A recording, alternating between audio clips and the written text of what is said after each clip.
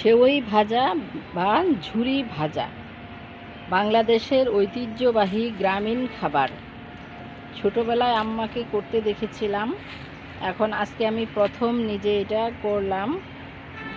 ছাদ বাগানের যে সমস্ত গাছপালা শুকিয়ে গিয়েছে সেগুলো দিয়ে আমি একটু রান্না করার চেষ্টা করছি।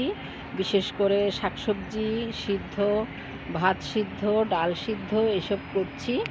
তো এখন আজকে এইটা গতকাল সন্ধ্যায় ভাতটা নরম হয়ে গিয়েছিল, চাল ভিজিয়ে রেখেছিলাম, বেশিক্ষণ দেরি হয়েছিল, এছাড়া পানিও বেশি পড়েছিল।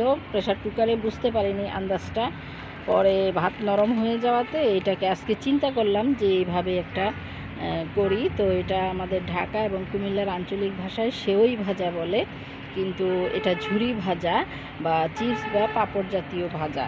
ভাতগুলোকে লবণ দিয়ে চটকে নিয়ে আমার হাতের কাছে থাকা এইটা দিয়েছি। ওই ছোটো চিকনটা দিয়ে করতে চেষ্টা করেছিলাম, হয়নি। তো এটা আপনারা এই ধরনের খাবার সহজেই তৈরি করতে পারেন।